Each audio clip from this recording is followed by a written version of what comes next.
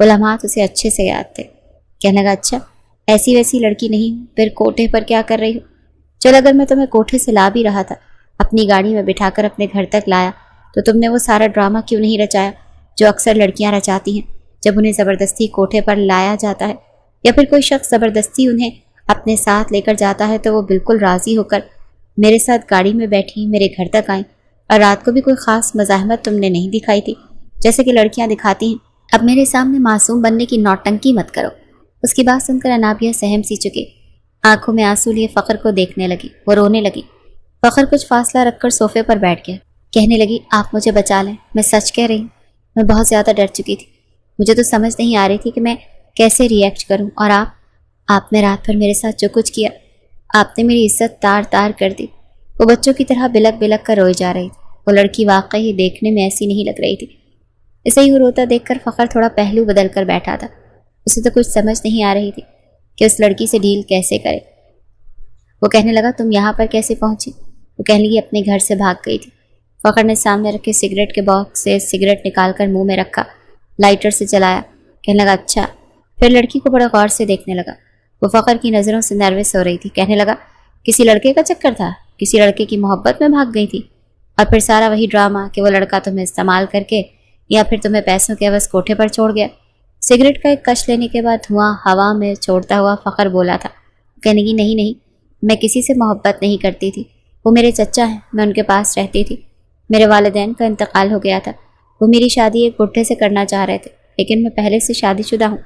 یہ سن کر فخر نے پھر سے اسے غور سے دیکھا۔ کہنے لگا تم پہلے سے شادی شدہ ہو؟ میں نہیں مانتا۔ کہنے لگی میں تو کہہ رہی ہوں نا کہ میں پہلے سے شادی شدہ ہوں، تو آپ کیوں نہیں مان رہے؟ کہنے لگا پھر اپنے شوہر کے پاس کیوں نہیں رہتی؟ کہنے لگی میں نہیں جانتی وہ کہاں ہے، کون ہے، اس کو ملنے تو شہر آئی تھی، لیکن جمنا بائی کی گاڑی سے ٹکرا گئی اور وہ مجھے اپنے کوٹھے پر لے گئی۔ بہت بری عورت ہے، بار بار مجھے کہتی تھی کہ رقص کرنا سیکھ، لیکن میں یہ سب نہیں کر سکتی۔ میں نے اسے بتایا بھی کہ میں اپنے شوہر کو ڈھونڈنے آئی ہوں، لیکن اس نے میری ایک نہیں سنی۔ البتہ لیلا اچھی لڑکی ہے، میں 2 دن سے روئی جا رہی تھی اور لیلا کے کمرے میں ہی تھی۔ جب آپ نے لیلا کا سودا کیا تو لیلا کہنے لگی یہ لڑکا بہت اچھا ہے، تمہاری مدد کرے گا، ایسے کرو میرے کپڑے پہن کر تم چلی جاؤ، لیکن آپ نے تو رات کو میری کوئی بات ہی نہیں سنی۔ یہ کہہ کر وہ آنسو بہانے لگی۔ آپ نے تو مجھے برباد کر دیا، خدا کے لیے مجھے واپس وہاں چھوڑ کر نہ آئیے گا۔ وہ لڑکی کافی بے وقوف اور معصوم قسم کی تھی۔ فخر کو سمجھ نہیں آ رہی تھی کہ کیا کرے اور کیا نہ کرے۔ لڑکی واقعی شریف تھی، اور رات شراب کے نشے میں اور جس قدر بہکا ہوا تھا اور نائٹ بلب کی روشنی میں تو ٹھیک سے دیکھ بھی نہیں پایا تھا کہ لیلا ہے یا کوئی اور، لیکن رات اس کی بے حد اچھی گزر گئی تھی۔ لیلا نے زیادہ اچھی، لیکن جانتا تھا کہ جمنا بائی سے پنگا لینا آسان نہیں۔ وہ لڑکی ہاتھ جوڑے روئی جا رہی تھی کہ مجھے واپس وہاں چھوڑ کر نہ آئیں، میں آپ کے گھر میں ملازمت کر لوں گی، کام کر لوں گی، لیکن مجھے وہاں نہیں جانا۔ وہ لڑکی ہاتھ جوڑے روئے جا رہی تھی کہ مجھے واپس وہاں چھوڑ کر نہ آئیں، میں آپ کے گھر میں ملازمت کر لوں گی، کام کر لوں گی، لیکن مجھے وہاں نہیں جانا۔ پتہ نہیں کیوں فخر کو اس پر ترس آ گیا تھا۔ اسی وقت اس کے موبائل پر جمنا کی کال آنے لگی۔ کہنے لگی وہ غلطی سے دوسری لڑکی آپ کے پاس چلی گئی تھی، آپ اسے چھوڑ جائیں۔ یوں تو اس کے میں نے 6 لاکھ رکھنے تھے کیونکہ وہ بالکل کنواری تھی، لیکن بہرحال آپ سے سودا طے ہو چکا تھا، اس لیے میں آپ سے زیادہ نہیں مانگتی۔ جیسے اسے اس بات کا بڑا افسوس ہوا تھا، فخر کہنے لگا دیکھو مجھے یہ لڑکی پسند آ گئی ہے، تم اس کی قیمت بتاؤ، میں اسے خریدنا چاہتا ہوں۔ جمنا کہنے لگی لیکن میں اس لڑکی کو بیچنا نہیں چاہتی، ارے ابھی تو یہ بھرپور جوان ہے، میں کئی سال اسے کیش کر سکتی، آپ میری لڑکی واپس چھوڑ کر جائیں۔ فخر کہنے لگا دیکھو وہ لڑکی مجھے بتا چکی ہے کہ وہ تمہاری گاڑی سے ٹکرائی تھی، اگر میں چاہوں تو پولیس کو ساری بات بتا سکتا ہوں، لڑکی ویسے بھی تمہارے پاس رہنا نہیں چاہتی، اسی لیے تم پر اچھا خاصا کیس ہو سکتا ہے۔ فخر جمنا بائی کو اچھے طریقے سے ڈرا چکا تھا۔ وہ کہنے لگی نہیں، مجھ پر کوئی کیس مت کرنا، ایسا کرو اس لڑکی کو رکھ لو، ویسے بھی یہ میرے کسی کام کی نہیں، جب سے آئی ہے ناک میں دم کر رکھا ہے، رو رو کر میرا کوٹھا سر پر اٹھا رکھا ہے۔ فخر نے فون بند کر دیا۔ کہنے لگا کیا کیا کام آتا ہے تمہیں؟ انابیہ کہنے لگی سب کچھ آتا ہے، برتن دھو دیتی ہوں، کھانا بنا لیتی ہوں، جھاڑو پوچھا بھی کر دوں گی۔ وہ کہنے لگا دیکھو جھاڑو پوچھے کے لیے ملازمہ آتی ہے، البتہ کھانا اچھا نہیں پکاتی، کھانا تم بنا دیا کرنا، برتن بھی دھو دیا کرنا۔ وہ کہنے لگی ٹھیک ہے صاحب، جو آپ کہیں گے میں کر دوں گی، لیکن آپ میرے شوہر کو ڈھونڈ دیں گے؟ فخر کہنے لگا ہاں بتاؤ، کوئی نام پتہ ہے تمہارے پاس؟ کہنے لگی نہیں، نام تو مجھے نہیں پتا، بچپن میں بس انگوٹھا لگوایا تھا نکاح نامے پر، میں اس کا نام نہیں جانتی۔ وہ کہنے لگا کوئی پتہ ہے تمہارے پاس اس کا؟ وہ کہنے لگی نہیں۔ پتہ بھی نہیں ہے۔ وہ کہنے لگا اچھا تو پھر کوئی تصویر دے دو، اسے دیکھ کر ہی کچھ ڈھونڈنے کی کوشش کر لوں گا۔ کہنے لگی میں نے اسے دیکھا تک نہیں، مجھے کیا پتا۔ فخر کو اس لڑکی کی عقل پر افسوس ہوا، عجیب لڑکی تھی۔ کہنے لگا تمہیں یہ تک نہیں پتا تمہارا نکاح کس سے ہوا تھا؟ تم نے لڑکے کو دیکھا تک نہیں، اس کے بارے میں کچھ جانتی نہیں ہو اور شہر میں اسے ڈھونڈنے آ گئی۔ یہ سن کر وہ لڑکی پھر سے رونے لگی۔ کہنے لگی آپ کو بتایا تو ہے کہ میری چچی میرے نکاح پر نکاح کر رہی تھی، وہ بھی بڈھے سے، بھاگتی نہیں تو اور کیا کرتی۔ وہ کہنے لگا بھاگنے سے پہلے اپنے شوہر کا پتہ تو اپنے پاس رکھتی، اب جس کو تم نہیں جانتی اسے میں کیسے جان سکتا ہوں؟ فی الحال تو تم کھانا بناؤ۔ یہ کہہ کر وہ اپنے کمرے میں جا چکا تھا۔ نہا دھو کر تیار ہو کر اپنے آفس چلا گیا۔ رات کو جب واپس آیا تو کھانے کی خوشبو نے اس کی بھوک کو بڑھا دیا۔ فریش ہو کر جب ٹیبل پر بیٹھا تو اس لڑکی نے بریانی اور قورمہ نہ جانے کیا کچھ رکھا تھا۔ وہ بڑا خوش ہوا، پہلا ہی نوالا کھاتے وہ واہ واہ کر اٹھا تھا۔ کہنے لگا تمہارے ہاتھ میں تو جادو ہے۔ انابیہ بھی بہت خوش ہوئی تھی، کہنے لگی یہ تو کچھ بھی نہیں، مجھے تو اس سے بھی زیادہ اچھی اچھی چیزیں پکانی آتی ہیں۔ وہ کہنے لگا روز ایسے ہی کھانا بنانا۔ کہنے لگی ٹھیک ہے۔ پھر کہنے لگی آپ مجھے تھوڑی سی تنخواہ دیا کریں گے؟ یہ سن کر فخر کا چمچ ہاتھ میں رکا تھا۔ کہنے لگا تم نے پیسے کا کیا کرنا ہے؟ کہنے لگی جمع کروں گی اپنے پاس، اب ساری زندگی مجھے آپ کے ساتھ تھوڑی رہنا ہے، آپ کوئی میرے شوہر تھوڑی ہیں، ظاہری سی بات ہے مجھے اپنے بارے میں بھی تو سوچنا ہے۔ میں نے سنا ہے شہر میں کام کرنے کے بہت پیسے ملتے ہیں۔ وہ کہنے لگا تم کہاں سے آئی ہو؟ کہنے لگی گاؤں سے۔ فخر کہنے لگا کیا نام ہے تمہارے گاؤں کا؟ اس بار انابیہ کچھ چپ سی ہو گئی تھی، پھر اس نے ایک دوسرے گاؤں کا نام بتا دیا۔ جب فخر نے اس سے اس کا نام پوچھا تو کہنے لگی میرا نام نور بانو ہے۔ اس نے اپنا اصل نام نہیں بتایا تھا کہ کہیں اس کا چچا چچی اسے ڈھونڈتے ہوئے یہاں نہ آن پہنچے۔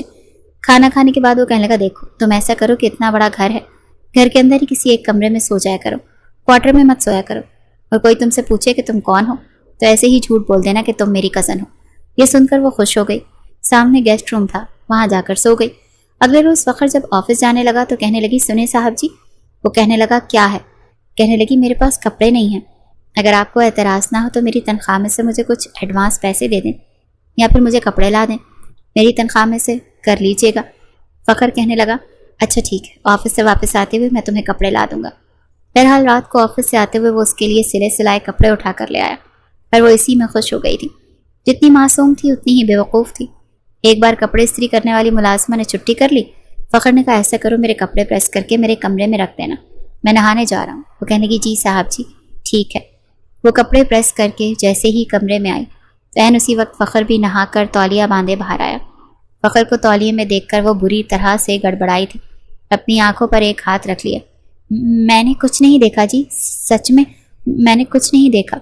فخر خود بھی کچھ تذبذب کا شکار ہوا تھا، اس کے ہاتھ سے اپنے کپڑے پکڑے کہنے لگا جاؤ باہر۔ وہ ویسے ہی آنکھوں پر ہاتھ رکھے اس کے کمرے کے دروازے تک پہنچی تھی۔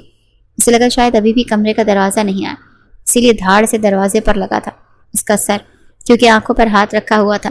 سر پر اچھی خاصی چوٹ لگی تھی، لیکن پھر آنکھیں کھول کر جلدی سے دروازہ کھول کر باہر نکل گئی۔ پاگل، بیوقوف، اندھی کہیں گی، فخر منہ ہی منہ میں بڑبڑایا تھا۔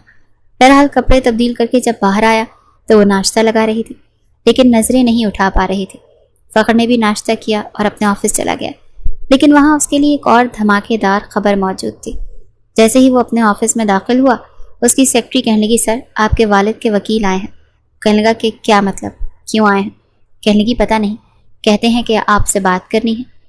فخر نے کہا اچھا ٹھیک ہے، آپ وکیل کو میرے آفس میں بھیج دیں۔ جیسے ہی وکیل سامنے کرسی پر بیٹھا تو کہنے لگا پچھلے 4 مہینے سے آپ 20-25 لاکھ روپے بینک سے نکال چکے ہیں۔ فخر کے ماتھے پر بل پڑے تھے۔ کہنے لگا آپ کون ہوتے ہیں پوچھنے والے؟ کہنے لگا جہاں تک میں نے پوچھ گچھ کی ہے یہ 25 لاکھ روپے آپ کے کاروبار میں انویسٹ نہیں ہوا۔ فخر کو اس بات پر غصہ آیا، کہنے لگا آپ کون ہوتے ہیں میرے معاملات میں ٹانگ اڑانے والے؟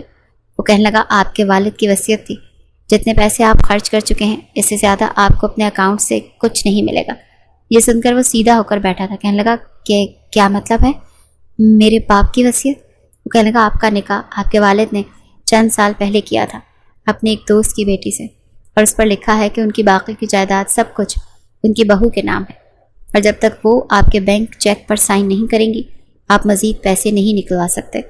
یہ سن کر فخر کے ہوش اڑ کر رہ گئے تھے۔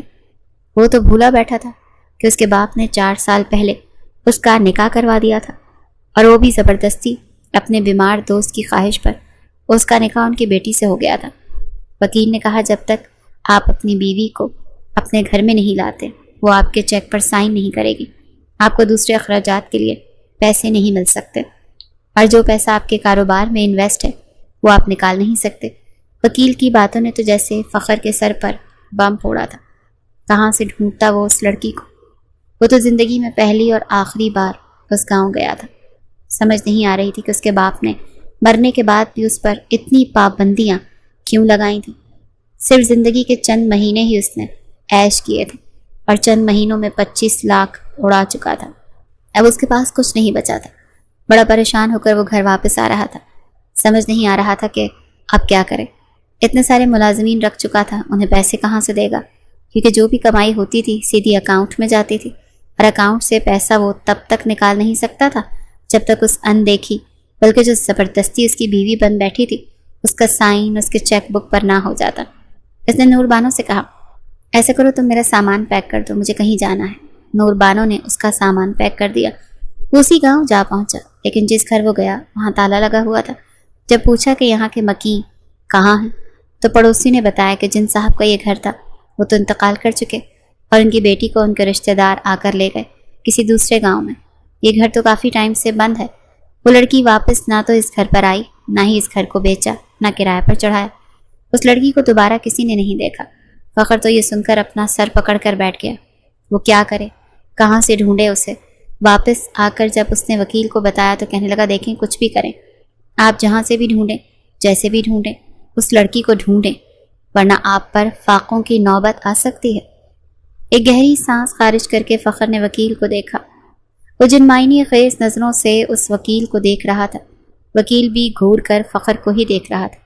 پھر خود ہی بات کا آغاز کرتے ہوئے کہنے لگا کہ فخر صاحب، ایسے کیا گھور کر دیکھ رہے ہیں؟ آخر چل کیا رہا ہے آپ کے اس شیطانی دماغ میں؟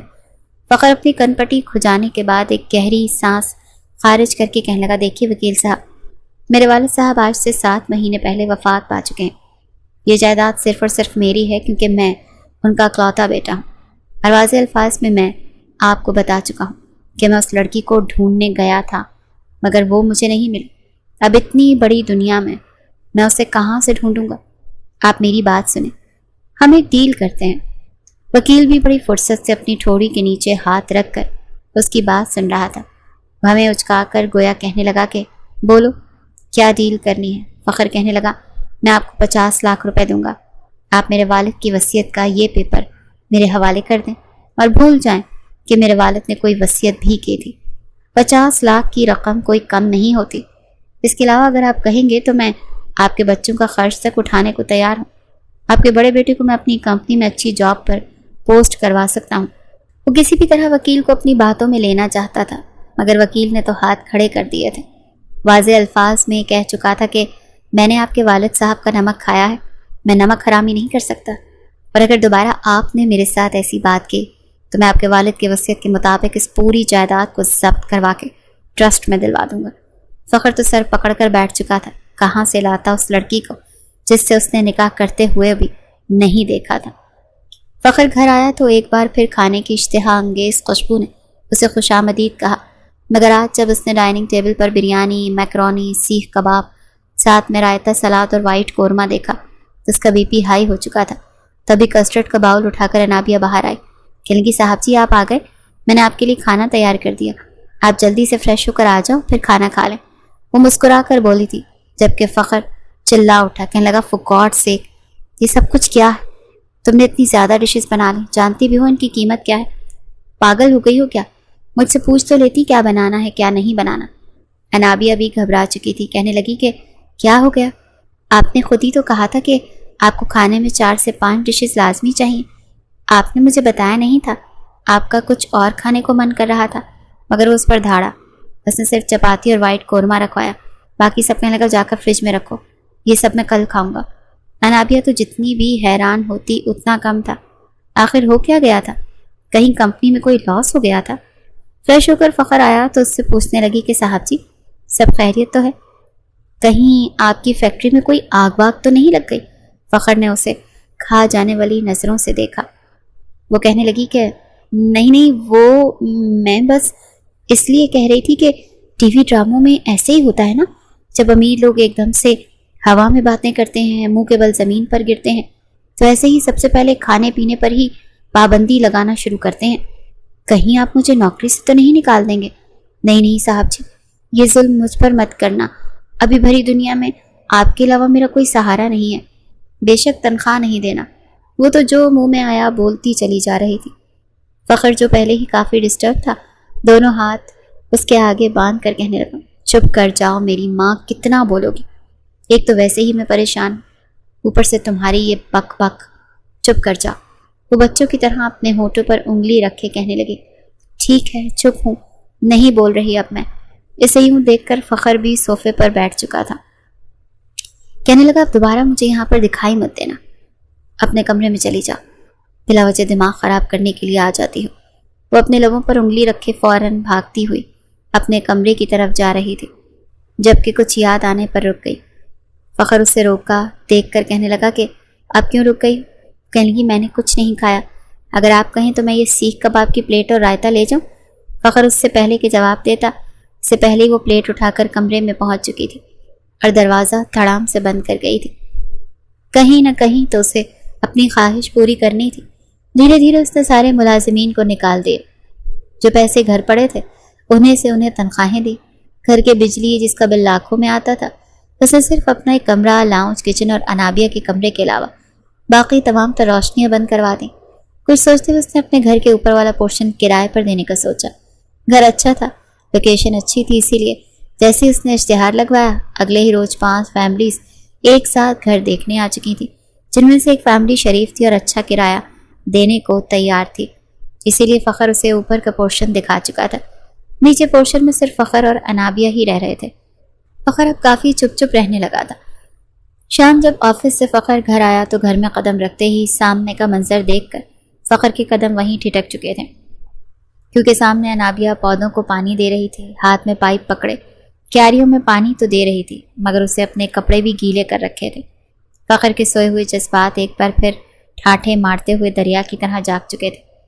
وہ چلتا ہوا اس کے قریب آ کر کھڑا ہو چکا تھا۔ ہر ہفتے میں 1 سے 2 بار تو لازمی اس کا چکر کوٹھے پر لگتا تھا۔ کسی نہ کسی لڑکی کے ساتھ وقت گزارنا تو جیسے اس کی عادت ہی بن چکی تھی۔ لڑکیوں کے حسن سے اپنی آنکھیں وہ ٹھنڈی کرتا ہی رہتا تھا، مگر پیسوں کی کمی ایسی ہوئی تھی کہ ایک پل کو وہ سب کچھ بھول ہی چکا تھا۔ وہ چلتا ہوا انابیہ کے پیچھے آ کر کھڑا ہو گیا۔ انابیہ کو جب اپنے پیچھے کسی کا احساس ہوا تو فوراً پلٹ کر اس نے پیچھے دیکھا اور فوراً اپنے باریک دوپٹے سے اپنے وجود کو چھپانے کی ناکام کوشش کرنے لگی۔ ہڑبڑاتے ہوئے کہنے لگی، صاحب جی آپ کب آئے؟ مگر اس لڑکی کے کپ کپاتے ہوئے لبوں کو دیکھ کر تو اسے رات کے وہ منظر یاد آنے لگے تھے۔ کہنے لگا، ابھی آیا ہوں، تم یہاں پر کیا کر رہی ہو؟ کہنے لگی، کچھ نہیں، جب سے آپ مرجھائے ہیں آپ کے یہ پودے بھی مرجھا چکے ہیں۔ نہ کچھ بولتے ہیں، نہ یہ بول کر مجھے کچھ بتاتے ہیں، نہ آپ میرا شوہر ڈھونڈ کر مجھے دے رہے ہیں، اوپر سے آپ خود بھی کنگال ہو چکے ہیں۔ مجھے تو سمجھ ہی نہیں آ رہی، پتہ نہیں میرا کیا بنے گا۔ وہ تو اپنے سر پر خود کو ہی تھپڑ مار کر بولی تھی، پر فخر کہنے لگا، چپ چاپ میرے لیے کافی بنا کر لاؤ، سمجھی؟ پتہ نہیں کہاں سے باتیں نکال کر لے آتی ہوں۔ وہ جا کر صوفے پر بیٹھ چکا تھا، مگر اسے بار بار شدت سے یہ طلب محسوس ہو رہی تھی کہ وہ کہیں سے کوٹھے پر جائے اور ایک بار پھر ناچتی ہوئی رقاصاؤں کو دیکھے، ان کی رعنائیوں میں کھو سا جائے۔ وہ دوست جو اب تک اس کے پیسوں پر عیش کرتے آ رہے تھے، اس نے سیدھا اپنے دوست کا نمبر ملایا۔ جیسے اس نے اپنی صورتحال کے بارے میں بتایا اور یہ کہا کہ آج کوٹھے پر چلتے ہیں، مگر آج کی محفل تم لوگوں کی طرف سے ہوگی، تو سبھی بہانہ بنا چکے تھے، کیونکہ کوئی بھی اس کی طرح لاکھوں روپے کوٹھے پر خرچ نہیں کر سکتا تھا۔ یوں ایک بار پھر فخر کا دھیان اس لڑکی کی طرف آمادہ ہونے لگا تھا۔ بار بار اس کا ذہن اس رات کو یاد دلا رہا تھا جب یہ لڑکی اس کی باہوں میں تھی اور وہ اس پر اپنی شدتیں لٹا رہا تھا۔ دل اسے اکسانے لگا کہ ایک بار تو اس لڑکی کے ساتھ وقت گزار ہی چکے ہو، ایک بار پھر کیوں نہیں؟ یہ لڑکی تو تمہاری دسترس میں ہے، پھر ہے بھی اتنی خوبصورت جس طرح اس رات تمہاری دسترس میں یہ کچھ نہیں کر پائی، اب بھی نہیں کر پائے گی۔ یہ سوچتے ہوئے وہ اٹھ کر کچن میں آیا تھا، جہاں پر آج وہ دال چاول بنا رہی تھی۔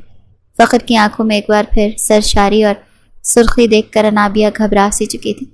اس کی چاہتے ہوئے کہنے لگی، آپ کو کچھ چاہیے تھا؟ مجھے بتائیں۔ اس کے سامنے شیلف پر ہاتھ رکھ کر کہنے لگا کہ ہاں، تم چاہیے، بالکل ویسے ہی جیسے اس رات میری پناہوں میں تھی۔ کیا ایک بار پھر مجھے ان خوبصورت لمحات سے روشناس کروا سکتی ہو؟ وہ بے باک لہجے میں یہ سب کچھ کہہ چکا تھا جبکہ انابیہ کا تو وجود کانپ کر رہ گیا تھا۔ کہنے لگی، شرم آنی چاہیے آپ کو، اگر دوبارہ آپ نے میرے ساتھ ایسی باتیں کی تو میں یہ گرم گرم چمٹا اٹھا کر آپ کی زبان پر لگا دوں گی۔ اس کے منہ سے یہ سن کر تو فخر کو غصہ آیا تھا۔ کہنے لگا، ہوش میں تو ہو لڑکی، کیا بکواس کیے جا رہی ہو؟ جانتی بھی ہو کون ہوں میں وہ فوراً سے کہنے لگی، ہاں کون ہے آپ؟ کچھ بھی نہیں ہے آپ، بس میرے ہی اوپر روب جمانا آتا ہے آپ کو۔ یہ بات یاد رکھیے، اگر میں بھی آپ کو چھوڑ کر چلی گئی نا تو اور کوئی آپ کو نہیں ملے گا جو آپ کو وقت پر کھانا بنا کر دے، وہ بھی اتنے مزے مزے کا۔ یہ بات تو واقعی سچ تھی۔ فخر اس سے کچھ دور ہٹ چکا تھا مگر وہ لڑکی اس کے ذہن سے نکل ہی نہیں رہی تھی۔ کھانا بنا کر دینے کے بعد اپنے حصے کا کھانا لے کر وہ کمرے میں بند ہو چکی تھی اور ایک بار پھر آنکھوں میں آنسو لیے اپنے ماضی کو یاد کرنے لگی تھی جب اس کا نکاح ہوا تھا، مگر وہ ایک بار بھی اپنے دولہے کو دیکھ نہیں پائی تھی۔ اس کے والد بیمار تھے جب انہوں نے اس کی شادی کروائی تھی اور اب نہ جانے وہ کس کے نکاح میں بندھی ہوئی تھی۔ ایک گہری سانس خارج کر کے وہ یہ سب کچھ سوچتی آنکھیں موند گئی تھی۔ وہیں دوسری جانب فخر کمرے میں جا کر لیٹ تو چکا تھا، سگریٹ پر سگریٹ پیے جا رہا تھا، مگر بار بار اس کا حسین سراپا اس کے ذہن میں گونج رہا تھا۔ جذبات کے ہاتھوں وہ اس قدر مجبور ہوا کہ اٹھا اور رات کے 1 بجے وہ انابیہ کے کمرے میں آیا۔ دروازہ کھول کر اس نے اندر قدم رکھا۔ کمرے میں ہلکی ہلکی روشنی تھی۔ وہ بستر پر آ کر لیٹا اور اپنا ہاتھ اس کی کمر پر رکھ دیا۔ باہر زوروں کی بجلی کڑک رہی تھی۔ گہری نیند میں انابیہ سو رہی تھی۔ اسے لگا شاید یہ سب کچھ خواب ہے۔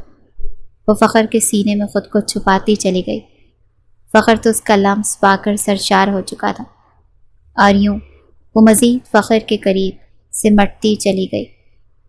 فخر بھی شاید اسی موقع کی تلاش میں تھا۔ فوراً اس کے ہاتھ گستاخیاں کرنے لگے اور وہ اس لڑکی کو اپنے قریب پا کر سب کچھ بھول چکا تھا جو کچھ وہ انابیہ کے ساتھ کر رہا تھا۔ انابیہ کو لگا کہ شاید وہ چیز سب کچھ خواب میں دیکھ رہی ہے، انتہائی بھیانک خواب۔ دھیرے دھیرے فخر اسے ہر پردے سے آزاد کرتا جا رہا تھا۔ وہ مکمل طور پر بے لباس اس کے سامنے تھی۔ فخر تو اس کا حسن دیکھ کر ایک بار پھر مچل چکا تھا۔ نیم روشنی میں اس کا دودھ جیسا سفید وجود۔ فخر جھکتا ہوا اس کی گردن تک آیا اور پھر اپنے لب اس کی گردن پر رکھ دیے۔ دھیرے دھیرے اس کی انگلیوں میں اپنی انگلیاں پیوست کر کے وہ مکمل طور پر اس پر حاوی ہو گیا تھا اور پھر اس کی دھڑکنوں پر اپنی شدتیں لٹانے لگا۔ جب تک وہ نرمی برت رہا تھا، انابیہ کو یہ سب کچھ خواب ہی لگ رہا تھا۔ دھیرے دھیرے وہ سسک رہی تھی اور اس کے سسکنے کی آواز پورے کمرے میں گونج رہی تھی جو فخر کو مزید پاگل کر رہی تھی۔ اس کی سسکیاں سن کر فخر کے جذبات مزید بھڑک اٹھے تھے اور وہ اپنی شدتوں میں مزید اضافہ کرنے لگا، مگر جب فخر کی شدتوں میں تیزی آئی تو درد کی ایک لہر انابیہ کے پورے وجود میں سرایت کرنے لگی تھی۔ درد سے وہ ہلکے سے کرا کر اپنی آنکھیں کھول چکی تھی۔ جیسے اس نے آنکھیں کھولیں تو اس کے پورے وجود کو جھٹکا لگا تھا۔ پورا وجود اسے شل ہوتا ہوا محسوس ہو رہا تھا۔ کتنی ہی دیر تو پلکیں جھپکا کر اس نے دوبارہ کھولی، جیسے اس بات کی تصحیح کر رہی ہو کہ حقیقت میں یہ منظر ہے یا پھر جھوٹ تو نہیں۔ سچ مچ وہ اس وقت اس شخص کی قربت میں نڈھال ہو رہی تھی۔ چلاتے ہوئے اس نے پوری قوت سے فخر کو خود سے جدا کیا تھا۔ جیسے ہی بستر سے اٹھی تو اسے اپنے وجود سے جان نکلتی ہوئی محسوس ہو رہی تھی۔ منہ کے بل وہ فرش پر گری اور رونے لگی۔ کہنے لگی کہ شرم نہیں آتی آپ کو؟ یہ آپ میرے ساتھ کیا کر رہے ہیں؟ آپ کو شرم نہیں آئی؟ میں آپ پر اعتبار کرتی تھی، آپ میری عزت کے ساتھ یوں کھلواڑ کیسے کر سکتے ہیں؟ تب تک فخر کو بھی ہوش آ چکا تھا۔ وہ بچوں کی طرح روئی جا رہی تھی، چلائے جا رہی تھی۔ فخر ایک دم سے شرمندہ سا ہونے لگا، اپنا سر پکڑ کر بیٹھ گیا۔ کہنے لگا، دیکھو مجھے پتہ نہیں چلا، میں سوری کرتا ہوں، معافی مانگتا ہوں، اب یہ رونا دھونا بند کرو پلیز۔ اوپر والے پورشن میں آواز گئی تو پتہ نہیں وہ لوگ کیا سمجھیں گے، مگر وہ روتے ہوئے کہنے لگی کہ مجھے آپ کے ساتھ یہاں نہیں رہنا، پتہ نہیں میں آپ جیسے شخص پر کیوں اعتبار کر کے یہاں رہ رہی تھی، میں جا رہی ہوں یہاں سے۔ وہ اپنے دوپٹے کو اپنے گرد لپیٹ کر گھر سے بھاگنے لگی تھی جب فخر اسے اپنی باہوں میں پکڑ چکا۔ وہ بچوں کی طرح اپنے ہاتھ پاؤں مار کر خود کو چھڑوا رہی تھی اور وہ اس کے پیٹ پر ہاتھ رکھ کر اسے اٹھا کر واپس گھر میں لایا تھا۔ کہنے لگا چپ، بالکل چپ، خبردار جو تم نے ایک بھی لفظ اپنے منہ سے نکالا تھا۔ ایک دفعہ جب میرے ساتھ وقت گزار چکی ہوں تو دوسری بار بھی گزارنے میں کیا ہو جائے گا؟ وہ روتے ہوئے کہنے کی میں آپ کو بتا چکی، میں کسی اور کے نکاح میں ہوں، آپ کی نظر میں لڑکی کی کوئی عزت ہی نہیں ہے، آپ جیسے مردوں کو بس لڑکی ایک ہی کام کے لیے پسند ہوتی ہے کہ وہ آپ کے بستر پر آئے اور آپ کی خواہشات پوری کرے۔ وہ روئے جا رہی تھی اور اس وقت فخر جی بھر کر شرمندہ ہوا تھا۔ غصے سے اس نے دیوار میں مکے مارے تھے کہ آخر وہ خود پر قابو کیوں نہیں رکھ پایا۔ پھر کہنے لگا دیکھو، آج تک میں نے کسی سے بھی معافی نہیں مانگی، مگر شاید میری غلطی ہے، مجھے خود پر قابو پانا چاہیے تھا۔ سوری، میں فخر تم سے معافی مانگتا ہوں، مجھے معاف کر دو، میں پوری کوشش کروں گا دوبارہ تمہارے قریب نہ آؤں۔ مگر وہ روتے ہوئے کہنے لگی نہیں، میں ایسے معاف نہیں کروں گی۔ کہنے لگا اچھا، پھر کیسے معاف کرو گی؟ وہ بچوں کی طرح سسکیاں لے لے کر رو رہی تھی۔ پھر کہنے لگی آپ پہلے سامنے 50 دفعہ اٹھک بیٹھک کریں۔ فخر اس کی بچگانہ حرکت پر اس کی طرف دیکھ رہا تھا، مگر اس وقت اس کے لیے یہ بھی کسی نعمت سے کم نہیں تھا۔ وہ اس کے سامنے اٹھک بیٹھک کر رہا تھا۔ آخر میں اس کی ٹانگوں میں جان نہ رہی تو وہیں فرش پر گود بنا کر بیٹھ گیا۔ کہنے لگا لو کر لی، اب راضی ہو؟ مگر انابیہ سوں سوں کرتی ہنسی، اپنی آنکھوں آئے آنسوؤں کو صاف کر کے کہنے لگی نہیں، بالکل ابھی نہیں، آپ بہت برے ہیں، میں تو آپ کو اچھا سمجھ رہی تھی، مگر آپ نے دوبارہ میری عزت کی دھجیاں اڑائیں، بالکل حیوانوں کی طرح۔ اب آپ کان پکڑ کر مرغا بن کر دکھائیں، تبھی میں آپ کو معاف کروں گی۔ یہ سن کر تو فخر کا پارا ہائی ہو چکا تھا۔ وہ فوراً غصے سے آگے بڑھ کر اسے مکہ دکھا کر کہنے لگا تمہاری یہ بیجا فضول کی باتیں ماننے سے بہتر ہے کہ میں تیسری بار بھی تمہاری وہ حالت کر دوں کہ تم یہ سب کچھ بولنے کے قابل ہی نہ رہو، بلا وجہ ہی سر پر چڑھتی جا رہی ہو، لگتی کیا ہو میری تو، جو سر پر چڑھ کر ناچ رہی ہو ہاں؟ وہ غصے سے اس پر روب جماتے ہوئے بولا تھا، مگر وہ بھی آگے سے سینہ تان کر کھڑی ہو چکی تھی، قد میں اس سے چھوٹی تھی۔ وہ نیچے کھڑا تھا اور وہ بیڈ پر کھڑی ہو کر انگلی دکھا کر کہنے لگی سمجھ کیا رکھا ہے آپ نے ہاں؟ میں نے سن رکھا ہے بڑے بڑے بزرگ لوگ کہتے ہیں کہ لڑکی کی سب سے قیمتی دولت اس کی عزت ہوتی ہے، جس لڑکی کی عزت چلی جائے سمجھو وہ خالی ہاتھ رہ گئی۔ دوبارہ آپ نے میری عزت کی دھجیاں اڑائی ہیں، سمجھے؟ عزت تو اب آپ نے رون ڈالی، اسی لیے اب میں آپ سے نہیں ڈرتی۔ کیا کر لیں گے آپ ہاں؟ اس کا یوں ڈانٹنا اور اپنے سامنے دلیر ہونا دیکھ کر فخر اندر ہی اندر لطف اندوز ہوا تھا۔ نہ جانے کیوں اس لڑکی کا اسے بولنا اچھا لگنے لگا تھا، دل ہی دل میں وہ اسے کچھ پسند بھی کرنے لگا تھا، مگر زبان سے اقرار نہیں کر پا رہا تھا۔ وہ اسے اپنے کمرے سے نکال چکی تھی۔ اگلی صبح وہ ناشتہ بنانے کے لیے بھی نہیں اٹھی، فخر نے خود ہی ناشتہ تیار کیا تھا، نہ صرف اپنا بلکہ اس کے لیے بھی جلی ہوئی بریڈ اور جیم لے کر آیا تھا۔ کہنے لگی کہ دیکھو مجھ سے تو ایسے ہی بنا ہے، مگر وہ یوں ہی منہ پھلائے بیٹھی تھی۔ کہنے لگی کہ اب میں آپ سے تبھی بات کروں گی جب آپ میرا شوہر مجھے ڈھونڈ کر لا دیں گے۔ یہ بات فخر کو آج بری سی لگ رہی تھی۔ کہنے لگا اچھا بھائی، ڈھونڈ کر لا دوں گا، لیکن اگر اس نے تمہیں قبول کرنے سے انکار کر دیا تو جو کچھ وہ کر چکا تھا وہ خود ہی اس لڑکی کی جان نکال رہا تھا۔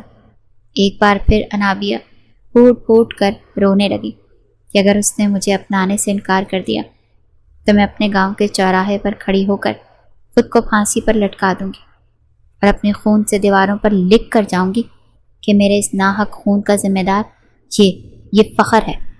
اس کی یہ ڈائلاگ سن کر فخر بس سر جھکا کر رہ چکا تھا۔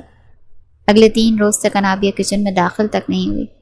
جیسے ہی فخر آفس سے آتا تو کھانا بناتا، سامان جو ہی بکھرا پڑا ہوتا، یہاں تک کہ جان بوجھ کر لاؤنج میں پڑے ہوئے گملے سے مٹی بھی نکال کر اس نے باہر پھینکی ہوئی تھی۔ فخر جانتا تھا یہ سب کچھ وہ اسے زج کرنے کے لیے کر رہی ہے۔ فخر کو سمجھ نہیں آ رہی تھی کہ آخر کیوں وہ اس لڑکی کے اس قدر ناز اٹھا رہا ہے۔ وہ جھاڑو لے کر خود جگہ بھی صاف کر دیا کرتا اور وہ کھڑکی سے جھانک کر یہ منظر دیکھتی رہتی۔ رات کو جب بستر پر آ کر لیٹتا تو ذہن میں بار بار انابیہ کا چہرہ آتا، مگر اس بار اس کے ساتھ زبردستی قربت کے گزارے لمحات نہیں آئے تھے، بلکہ وہ لمحات آئے تھے جب وہ مسکراتی تھی، اس کے لیے کھانا بناتی تھی اور اس کے منہ سے اپنے کھانے کی تعریف سن کر جس قدر وہ خوش ہوتی تھی۔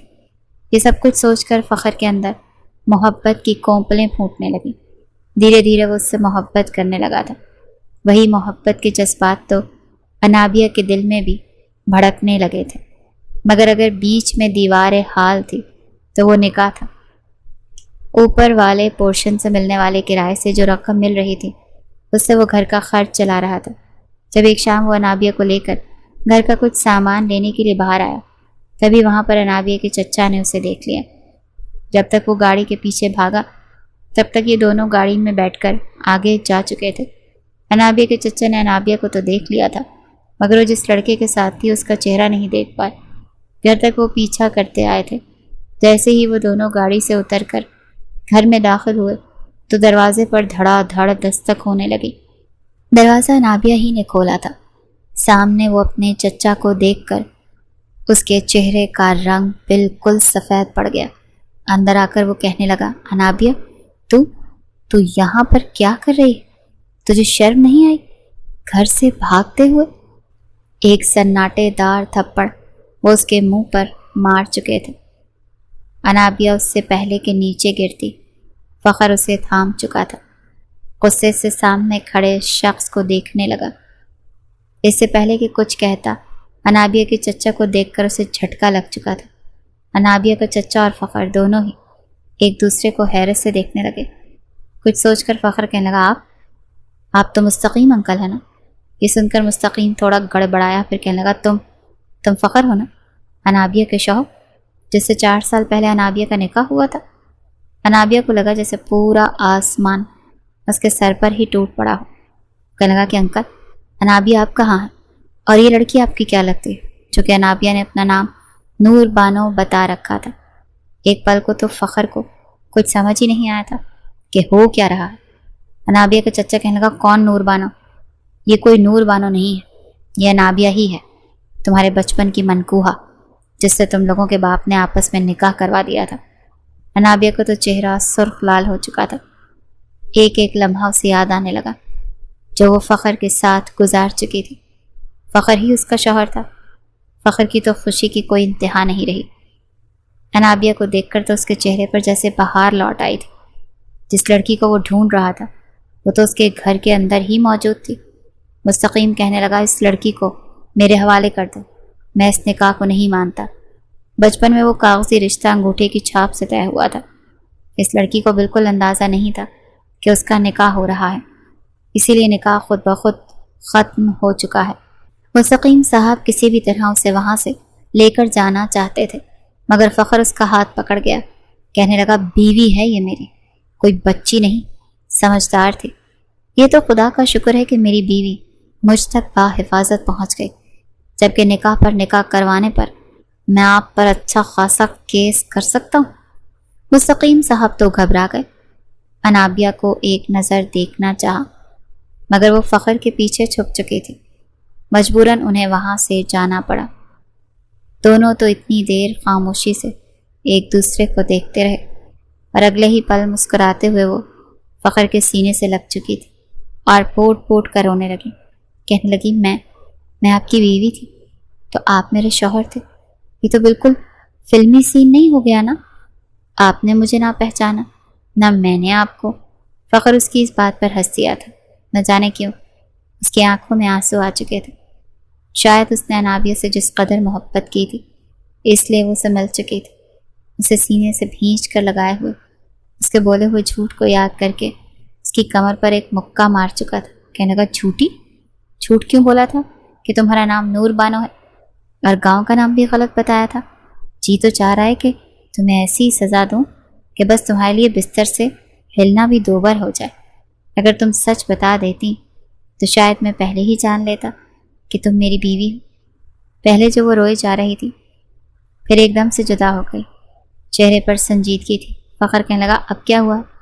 وہ منہ سجا کر کہنے لگی، میں نے بالکل بھی یہ امید نہیں کی تھی کہ میرا شوہر ایسا نکلے گا، کوٹھے پر جاتا ہوگا، لڑکیوں کے ساتھ تعلق بناتا ہوگا، اور پتہ نہیں میرے سے پہلے کتنی لڑکیاں یہاں پر آئی ہوں گی۔ یہ تو آپ کے والد نے میرے سائن کیے بغیر رقم نکلوانے پر پابندی لگوا دی، ورنہ آپ تو اب تک نہ جانے کتنی لڑکیوں کے ساتھ۔ یہ سوچ کر وہ چہرہ چھپا کر ایک بار پھر پھوٹ پھوٹ کر رونے لگی، اور فخر کا جی چاہا کہ وہ چلو بھر پانی میں ڈوب مرے۔ واقعی اس نے غلط تو کیا تھا، مگر جب سے یہ لڑکی اس کی زندگی میں آئی تھی، اس نے دوبارہ کسی لڑکی کی طرف بھی آنکھ اٹھا کر نہیں دیکھا تھا۔ محبت واقعی انسان کو سدھار دیتی ہے، اور انابیہ کی محبت نے اسے سدھار دیا تھا۔ ایک گہری سانس خارج کر کے کہنے لگا، مجھے معاف کر دو۔ پتہ نہیں کیسے، شاید ماں نہیں تھی نا میری جو میری تربیت کرتی، مجھے سمجھاتی۔ باپ جو سمجھاتا تھا، بس دوستوں کی باتوں میں آ کر مجھے یہی لگتا تھا کہ میرا باپ میرا دشمن ہے، مگر شاید وہ ٹھیک کہتے تھے۔ مجھے معاف کر دو۔ اس کے آگے ہاتھ جوڑ گیا، اور انابیہ بس نفی میں سر ہلا کر وہاں سے آگے بڑھ چکی تھی۔ انابیہ نے سائن کیے تھے تو ایک بار پھر فخر کے بینک اکاؤنٹس بحال ہو چکے تھے، سب کچھ معمول پر آ چکا تھا، مگر بس اوور تھنکنگ سے مجبور لڑکی اب جو کچھ ٹھیک ہو رہا تھا تو اسے یہ باتیں ستائے جا رہی تھیں کہ اس کا شوہر اس سے پہلے کوٹھے پر جا کر نہ جانے کتنی لڑکیوں کے ساتھ رشتہ قائم کر چکا ہوگا، اور تو اور نشہ بھی کرتا رہا۔ فخر کے لیے پہلے یہ باتیں بالکل عام سی تھیں، لیکن اب اس لڑکی کو اداس دیکھ کر وہ خود بھی بہت پریشان ہو چکا تھا۔ اس روز تو وہ باقاعدہ اس کے سامنے گھٹنوں کے بل بیٹھ کر کان بھی پکڑ چکا تھا۔ کہنے لگا، دیکھو مجھے معاف کر دو، لیکن میرا خدا گواہ ہے کہ جب سے تم میری زندگی میں آئی ہو، میں نے کسی لڑکی کی طرف آنکھ اٹھا کر بھی نہیں دیکھا۔ اب میری زندگی میں بس تم ہی تم ہو۔ رہی بات ماضی کی تو میں تم سے بھی معافی مانگتا ہوں، مجھے معاف کر دو، اور اپنے اللہ سے بھی معافی مانگوں گا کہ مجھے معاف کر دیں۔ مجھے تم سے کی جانے والی محبت پر پورا یقین ہے کہ دوبارہ میں بالکل بھی نہیں بھٹکوں گا، بس میں سدھر چکا ہوں۔ اسے یعنی اپنی مجازی خدا کو یوں بیٹھا دیکھ کر وہ فوراً سے اسے اٹھا چکی تھی۔ پھر کہنے لگی کہ اچھا، اب یہ سب کچھ کرنے کی ضرورت نہیں ہے، کر دیا ہے معاف میں نے آپ کو، لیکن دوبارہ اگر آپ نے ایک نظر بھی اٹھا کر کسی لڑکی کو دیکھا تو قسم سے ٹوپی والا برقع پہنا کر آپ کو گھر سے باہر بھیجوں گی، پھر ٹھیک رہو گے آپ۔ اس کی اس معصومانہ بات پر فخر ہنس چکا تھا اور اسے اپنے سینے سے لگا گیا تھا۔ دھیرے دھیرے دونوں کی محبت بھی پروان چڑھنے لگی، اور سارے گلے شکوے ختم کرتے ہوئے دونوں ایک دوسرے کی محبت کے ساتھ زندگی میں آگے بڑھنے لگے۔ دن بدن فخر کے دل میں انابیہ کے لیے محبت پہلے سے بھی زیادہ بڑھتی چلی جا رہی تھی۔ اس روز پہ جب وہ گھر آیا تو انابیہ کچن میں اس کے لیے بریانی بنا رہی تھی۔ وہ اسے کمر سے اپنے ساتھ لگا کر کمر سے تھام چکا تھا اور اسے اٹھا کر لے کر جانے لگا تو انابیہ فوراً شور مچانے لگی، کہنے لگی، ارے ارے یہ آپ کیا کر رہے ہیں؟ ہانڈی جل جائے گی، چھوڑے مجھے۔ مگر وہ اسے جو ہی پکڑ کر میز پر آ چکا تھا۔ گرمی کی وجہ سے چہرے پر تم تماتے ہوئے پسینے کی بوندیں جو اس کے لباس کو بھی کافی حد تک گیلا کر چکی تھی۔ وہ سر سے پاؤں تک اسے دیکھنے لگا۔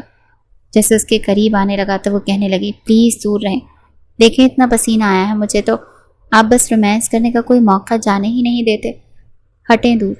مگر فخر اسے کمر سے کھینچ کر اپنے قریب کر چکا تھا۔ کہنے لگا، بالکل بیوی ہو تم میری، جی تو چاہتا ہے کہ بس تم پر اپنی محبت اس قدر لٹاؤں تو تم ہر سانس میں 10 بار میرا نام لو۔ بڑی مشکل سے اس نے خود کو فخر سے چھڑوایا تھا، اور پھر کھانا بنا کر میز اس پر رکھا تھا۔ دونوں ایک ہی پلیٹ میں کھانا کھا رہے تھے اور کھانا کھانے کے بعد وہ سیدھا اسے کمرے میں لے کر گیا تھا۔ ایک بار پھر آج کی رات رنگین ہونے والی تھی، یہ سوچ کر ہی وہ شرما گئی تھی۔ پوری رات اس کی باہوں میں گزار چکی تھی۔ رات کے 2 بج چکے تھے جب کہنے لگے کہ آپ بس بھی کر دینا، پتہ نہیں کیوں آپ کو مجھ پر رحم نہیں آتا۔ مگر وہ کہنے لگا بس تم یہی سمجھنا کہ میں تم پر ظلم کر رہا ہوں، میری محبت ہے یہ جو تم سے آئے روز برداشت ہی نہیں ہوتی۔ دونوں ہی یوں کھٹی میٹھی باتوں میں وہ رات حسین بنا چکے تھے۔ شادی کے 3 سالوں میں انابیہ جڑواں بچوں کی ماں بن چکی تھی، مگر آج بھی اس کی بیوقوفی کا یہ عالم تھا کہ اگر اس کا بیٹا روتا تو خود بھی ساتھ ہی بیٹھ کر رونے لگتی۔ بچوں کا سریلیک تو وہ خود ہی کھا جایا کرتی تھی اور فخر اسے آنکھیں دکھاتا رہ جاتا تھا کہ تم تو میرے بچوں کو بھوکا ہی مار دو گی، مگر وہ جیسی بھی تھی اسے ایسی ہی شرارتی اچھی لگتی تھی۔